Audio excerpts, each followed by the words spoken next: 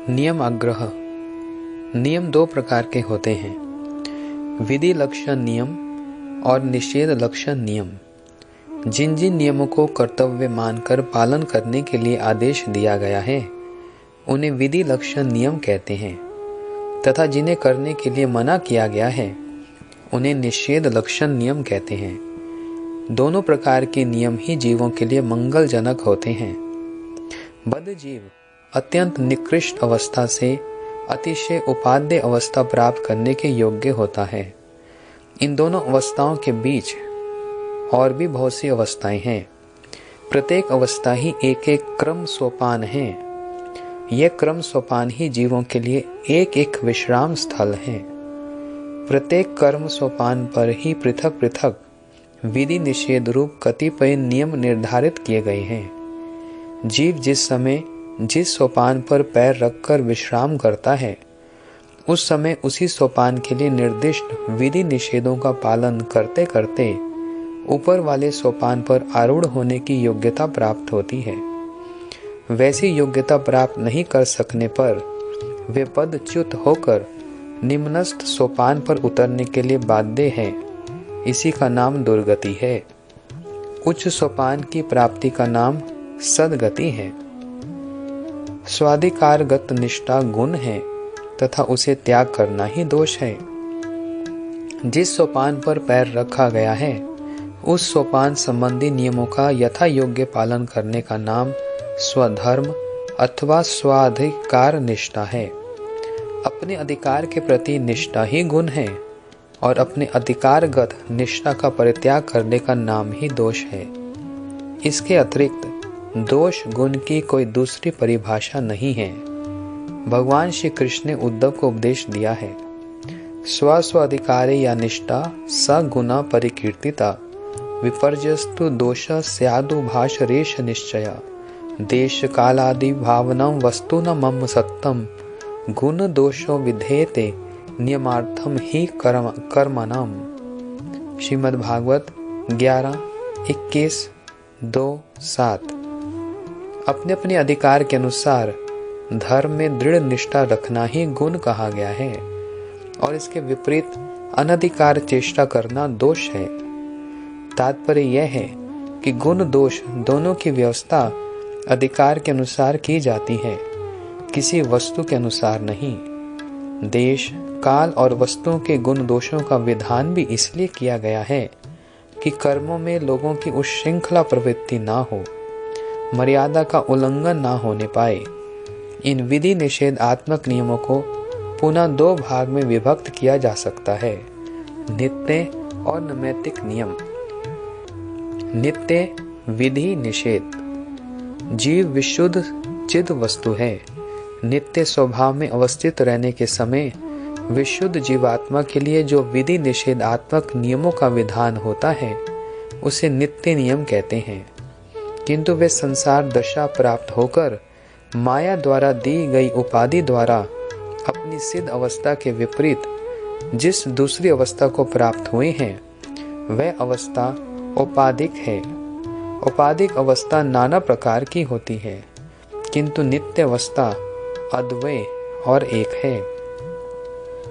नित्य अवस्था में जीवों का प्रेम ही विधि है तथा मत्सरता ही निषेध है।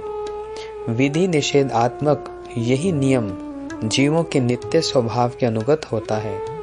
मत्सरता शून्य प्रेममय जीव नित्य रस अर्थात भगवत भक्ति रस का आश्रय है। रस 5 प्रकार का होने पर भी एक अखंड और चिन्मय तत्व है। उस अवस्था के नियमों का विचार करना यहाँ का विषय नहीं है। यहाँ केवल मात्र यही जान लेना आवश्यक है कि उस अवस्था में जीवों की नित्य स्थिति है। नैमित्तिक विधि निषेध। नैमित्तिक नियम समूह विविध प्रकार के होने पर भी स्थूल लक्षणों को देखते हुए समस्त सोपानों को 3 श्रेणी में विभक्त किया गया है। श्रुति, स्मृति और पुराण सभी में कर्म, ज्ञान और भक्ति ये स्थूल विभाग दिख पड़ते हैं। प्रत्येक विभाग के लिए कुछ विधियां और कुछ निषेध निर्दिष्ट हैं। कर्म विभाग में वर्णाश्रम धर्म, इसके अनुगत 10 संस्कार तथा आन्निक आदि कर्म समूह विधि है। पातक और उपपातक आदि निषेध हैं। ज्ञान विभाग में संन्यास, त्याग, वैराग्य, चित अचित आलोचना विधि है। काम्य कर्म, निषिद्ध कर्म और विषयों में आसक्ति निषेध है। भक्ति विभाग में उदासीनता एवं भक्ति के अनुकूल भाव से क्रम, ज्ञान विभाग के विधि निषेधों का पालन एवं उनके द्वारा शरीर यात्रा की निर्वाह करते हुए भगवत अनुशीलन ही विधि है। भगवत बहिर्मुख समस्त प्रकार के कर्मों और ज्ञान का त्याग, विषय आसक्ति और अन्य भक्ति प्रतिकूल सिद्धांतों और क्रियाओं का परित्याग ही इस विभाग में निषेध है। बद्ध जीवों का प्रथम सोपान कर्म कांड। बद्ध जीव जिस समय अवैध जीवन अर्थात अंत्यज्य चरित्र को छोड़कर उन्नत होता है, उस समय वह सबसे पहले कर्म कांड रूप सोपान पर पहुंचता है। इस सोपान में अवस्थित जीव ज्ञान विभाग रूप ऊपर वाले सोपान को लक्ष्य कर निरंतर वर्णाश्रम धर्म का सुष्ठु रूप से पालन करेंगे। यही उनके लिए नियम है। चित अचित आलोचना और अहंकार तत्व का ज्ञान प्राप्त कर जीव को जब तक भौतिक कर्मों के प्रति निर्वेद नहीं होता, तब तक वर्णाश्रम धर्म की निष्ठा का परित्याग करने से उन्हें पाप का भागी बनना पड़ता है। किंतु उक्त प्रकार का निर्वेद जिस समय उपस्थित होता है, उच्च कोटि का अधिकार उपस्थित होकर उसकी कर्म निष्ठाओं को दूर कर देता है। उस समय यदि वे अपने कर्म अधिकार के नियमों के पालन में ही आग्रह रखें, तो उसकी उन्नति स्थगित हो जाती है। द्वितीय सोपान ज्ञान कांड। उसी प्रकार ज्ञान विभाग रूप सोपान पर अवस्थित व्यक्ति के लिए ज्ञान में निष्ठा रखना ही नियम है। जब तक भक्ति सोपान के प्रति रुचि उत्पन्न नहीं होती, तब तक उन्हें ज्ञान सोपान के लिए निर्दिष्ट नियमों का ठीक ठीक पालन करना चाहिए। भक्ति में अधिकार उत्पन्न होने के साथ ही ज्ञान निष्ठा का परित्याग कर देना चाहिए। यदि ऐसा ना किया जाए तो नियम अग्रदोष द्वारा दूषित होकर उन्नति ना कर सकेंगे। श्रीमद् भागवत की शिक्षा है, तावत् कर्माणि कुर्वति न निर्विद्येत यावता मत कथा श्रवणादो वा श्रद्धा यावन जायते। श्रीमद् भागवत 11:20-9। कर्म के संबंध में जितनी भी विधि निषेध हैं, उनके अनुसार तभी तक कर्म करना चाहिए जब तक कर्ममय जगत और उससे प्राप्त होने वाले स्वर्ग आदि सुखों से विवेक जात वैराग्य न हो जाए। यह वैराग्य उस समय तक कार्यकारी रहेगा जब तक भगवान श्री कृष्ण की लीला कथा के प्रति श्रद्धा न हो जाए। श्रद्धा ही भक्ति का अधिकार तत्व है। यथा तस्मन् मद भक्ति युक्तस्य योगो नो वा मदात्मना ना ज्ञानम ना च वैराग्यम प्रायश्यो भेवेदिहि। श्रीमद् भागवत 11:20-31। जो योगी मेरी भक्ति से युक्त और मेरे चिंतन में मग्न रहता है, उसके लिए ज्ञान अथवा वैराग्य की आवश्यकता नहीं रहती है। उसका कल्याण तो मेरी भक्ति द्वारा ही हो जाता है। तात्पर्य यह है कि ज्ञान और वैराग्य की निष्ठाएं होने पर ही हृदय में भक्ति की क्रिया सुष्ठु रूप से प्रकाशित होती है। कर्म और ज्ञान की निष्ठा त्याग कर भक्ति निष्ठा को उत्पन्न करना ही कर्तव्य है। कृष्ण प्रेम का मंदिर श्री गोलोक वृंदावन के अति उच्च शिखर पर विराजमान है। वहां तक पहुंचने के लिए 14 लोकमय प्राकृत कर्म कांडीय जगत रूप सोपान को भेद कर वैकुंठ के ऊपरी भाग में उठना पड़ेगा। कर्म और ज्ञान के सोपानों के प्रति निष्ठाओं को क्रमशः परित्याग करने से भक्ति सोपान का अधिकार प्राप्त होता है। भक्ति के सोपानों को अतिक्रम करने पर प्रेम मंदिर का द्वार दिखलाई पड़ता है। तृतीय सोपान भक्ति और उसकी क्रम उन्नति। भक्ति सोपान पर आरूढ़ जीवों के लिए श्रद्धा ही नियम है। सत्संग में भजन करते करते अनर्थों के दूर हो जाने पर वही श्रद्धा निष्ठा के रूप में प्रकाशित होती है। अनर्थ जितना ही अधिक दूर होते हैं, जीव भक्ति सोपान पर उतना ही अधिक उन्नति की ओर अग्रसर होता जाता है। उसकी निष्ठा रुचि के रूप में, रुचि आसक्ति के रूप में तथा आसक्ति भाव के रूप में प्रकाशित होती है। यही भाव रति के रूप में सामग्री की सहायता से रस हो पड़ता है। श्रीमद् भागवत में कहा गया है, यथा यथा आत्मा परिमृजतो असो मद पुण्य गाथा श्रवण अभिधनये तथा तथा पश्यति वस्तु सूक्ष्मम चक्षुर यथा वंजनम संप्रयुक्तम। श्रीमद् भागवत 11:14-26। मेरी परम पावन लीला कथाओं के श्रवण कीर्तन से ज्यों ज्यों चित्त का मैल धुलता जाता है, त्यों त्यों उसे सूक्ष्म वस्तु के वास्तविक तत्व का दर्शन होने लगता है।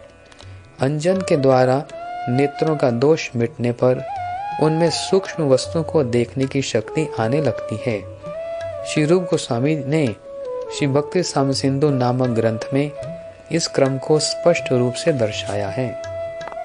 आदो श्रद्धा तथा साधु संगो अथा भजन क्रिया तथो अनर्थ निवृत्ति ही स्यात् ततो निष्ठा रुचिस्ततः अथा असक्ति ततो भावस्तथा प्रेमाभूद्यजन्ति साधका नामयं प्रेमनय प्रादुर्भावे भवेत् क्रमः।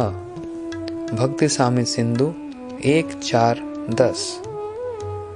साधन भक्ति के 4 सोपान हैं: श्रद्धा, निष्ठा, रुचि और आसक्ति। इन चारों सोपानों को अतिक्रम करने पर प्रेम के द्वार स्वरूप भाव नामक सोपान पर पहुंचा जाता है।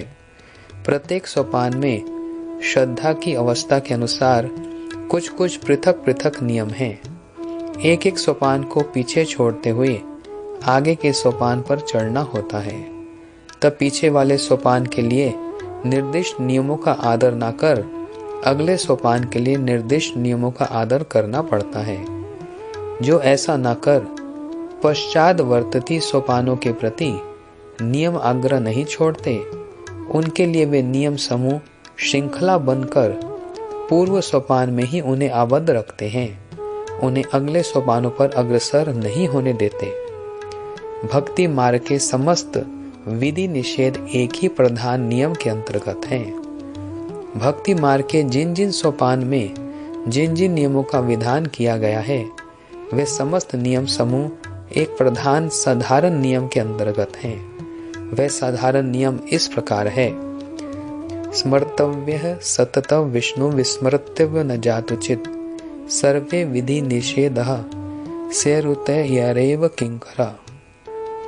पद्म पुराण उत्तरखंड 42 अध्याय। कृष्ण का निरंतर स्मरण करना चाहिए। इस मूल विधि से शास्त्र की समस्त विधियां प्रादुर्भूत हुई हैं। कृष्ण को कभी नहीं भूलना चाहिए। इस मूल निषेध से समस्त निषेध नियमों का प्रादुर्भाव हुआ है। इस मूल विधि को स्मरण रखकर साधक पूर्व विधियों की निष्ठाओं को क्रमशः प्रत्याग करते करते आगे की विधि का अवलंबन करेंगे। ऐसा न होने से वे नियम आग्रह के दोष में पतित होकर ऊर्ध्व गति प्राप्त करने से वंचित रहेंगे। प्रत्येक भक्ति साधक को उक्त बात सर्वदा स्मरण रखनी चाहिए। इस विषय में हरि भक्ति विलास का यह उपदेश है: कृतयंतयानि तु प्राय गृहीणाम धनीनाम सताम लिखितानि ना तु त्यक्त परिग्रह महात्मानाम। हरि भक्ति विलास 20 विलास उपसंहार श्लोक।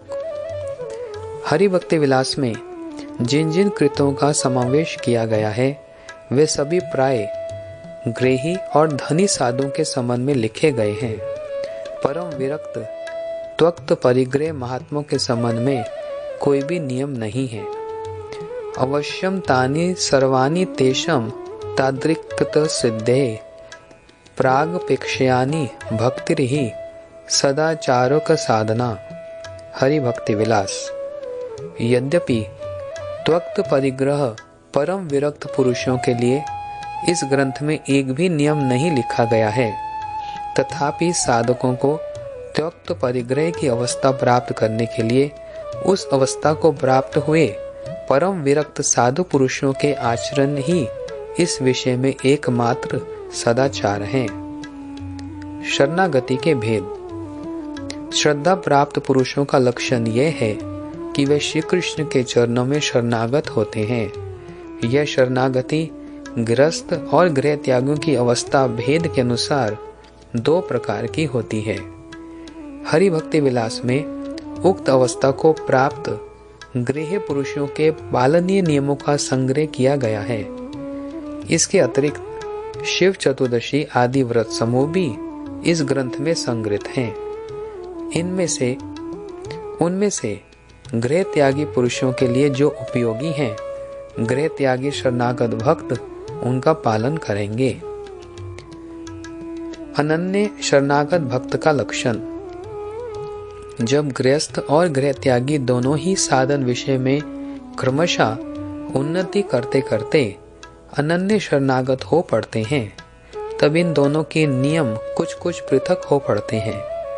ऐसी अवस्था में साधन में क्रमशः उन्नति होती जाती है तथा श्री कृष्ण की एकांतिक शरणागति उपस्थित होती है।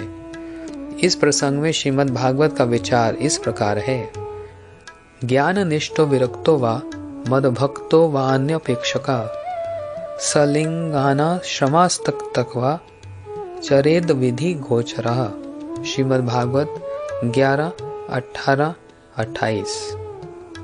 एकांतिता गतानुतंतु श्री कृष्ण चरणाम भोजयो भक्ति स्वतः प्रवर्तते तद विघ्ने किम व्रतादिवि। हरि भक्ति विलास 20 विलास। नाम एकांत भक्तानां गुण दोषोद्भव गुणा साधूनां समचित्तानां बुद्धे परम उपयेशयाम। श्रीमद् भागवत 11, 20, 36। ज्ञान निष्ठ, विरक्त और मोक्ष आदि की अपेक्षा न रखने वाला मेरा भक्त आश्रमों की मर्यादा में बद्ध नहीं है।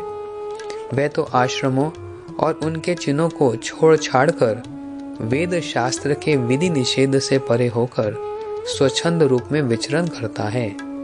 श्री कृष्ण के पाद पद्मों में जिन्होंने एकांतिका प्राप्त कर ली है, उनके हृदय में भक्ति स्वयं प्रकाशित होती है, अर्थात व्रत और नियम आदि की उपेक्षा नहीं रहती। व्रत और नियम आदि उनके लिए विघ्नदायक होते हैं।